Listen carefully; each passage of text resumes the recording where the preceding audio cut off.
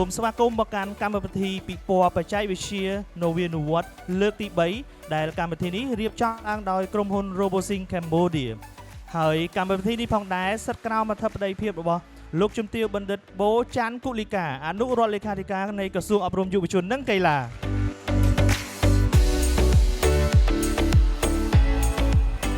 ខ្មែរប្រែខាសវណ្ណភូមិ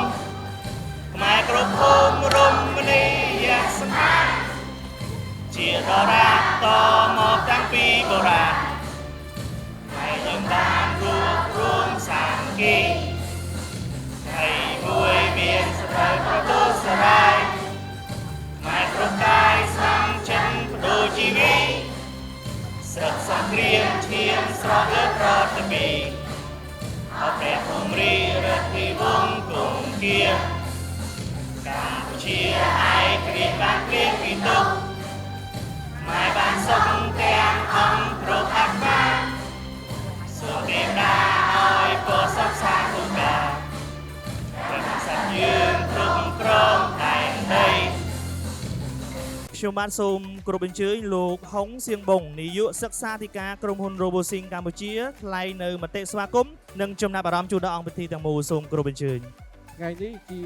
ពិធីប្រកបដោយអ្នកខត្តរិកដែលយើងទាំងអស់គ្នាជាថ្នាក់ដឹកនាំលោកគ្រូអ្នកគ្រូនិងក្រុមការងារទាំងអស់នៃក្រុមហ៊ុន RoboSync និង Techbot Cambodia មានកិត្តិយសនិងមានមោទនភាពយ៉ាងក្រៃលែងក្រុមហ៊ុន RoboSync និង Techbot Cambodia ត្រូវបានបង្កើតឡើងដើម្បីផ្ដល់ចំណេះដឹងនិងបច្ចេកវិទ្យាដល់ក្មួយៗសិស្សានុសិស្សចាប់ពីកម្រិតបឋមសិក្សានិងបន្តចូលដល់ថ្នាក់មធ្យមសិក្សាឲ្យសមស្របតាមយុគសម័យនៃបដិវត្តន៍ឧស្សាហកម្ម 4.0 ដែលបច្ចេកវិទ្យា Digital និងនវានុវត្តន៍ដើរតួនាទីយ៉ាងសំខាន់ក្នុងការអភិវឌ្ឍសេដ្ឋកិច្ចនិងសង្គមជាតិការអភិវឌ្ឍធនធានមនុស្សដែលមានជំនាញខ្ពស់ផ្នែក STEM គឺជាអាទិភាពចម្បងដែលមិនអាចខ្វះបានដើម្បីឲ្យប្រទេសជាតិយើងអាចចាប់យកឱកាសនិងប្រកួតប្រជែងប្រកបដោយប្រសិទ្ធភាពថ្ងៃនេះគឺជាថ្ងៃដ៏មហាឡារឹកនិងមានសេចក្តីសោមនស្សរីករាយបំផុតយើងខ្ញុំទាំងអស់គ្នាដែលជាសិស្សបានចូលរួមបើកកម្មវិធីពិព័រណ៍បច្ចេកវិទ្យានវានុវត្តន៍លើកទី3ឆ្នាំ2025កម្មវិធីដ៏មានអត្ថន័យនេះដែលមានការដាក់តាំងបង្ហាញអំពីស្នាដៃរបស់សិស្សានុសិស្សដែលជាសមិទ្ធផលក្រោយពីបានសិក្សាកម្មវិធី Robotics សម្រាប់កុមារកម្រិតថ្នាក់បឋមសិក្សា Techbot សម្រាប់ថ្នាក់មធ្យមសិក្សាតាមសាលារៀនដោយមានការចូលរួមជាច្រើនក្រុមដែលនឹងបង្ហាញអំពីគំនិតច្នៃប្រឌិតបច្ចេកទេសព្រមទាំងទេពកោសល្យ Digital យ៉ាងប៉ិនប្រសប់ក្រោយពីបានសិក្សាកន្លងមកលើពីនេះទៀតក៏មានកម្មវិធីប្រកួត Zoom Robot ផងដែរយើងខ្ញុំទាំងអស់គ្នាដែលជាសិស្សានុសិស្សមានការពេញចិត្តជាខ្លាំងដែលកម្មវិធីរបស់ Robotics និង Techbot មិនមែនជាការសិក្សាត្រឹមតែលើទ្រឹស្ដីគឺកុមារមានឱកាសបង្កើតនិងដំឡើង Robot ដោយផ្ទាល់ដៃដែលបង្កើតឲ្យមានភាពសប្បាយរីករាយចងចាំមេរៀនបានល្អនិងស្វែងយល់ពីគោលគំនិតវិស្វកម្ម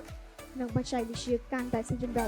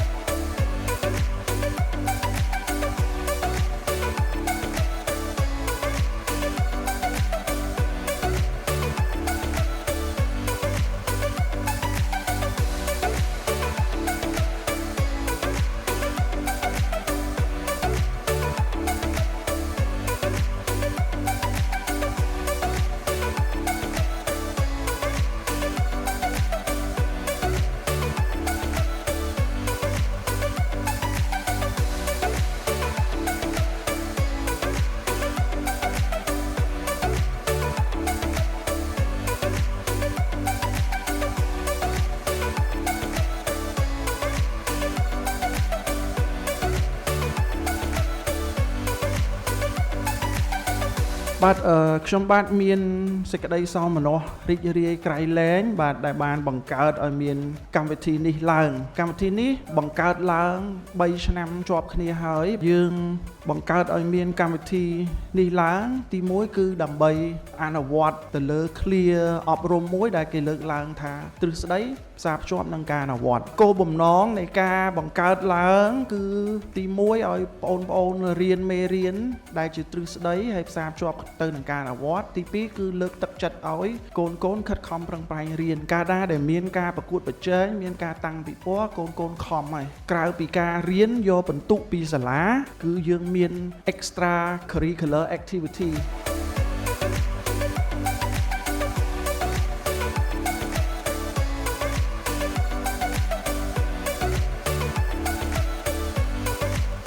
កម្មវិធីយើងថ្ងៃនេះហ្នឹងគឺបានជំរុញគេហៅ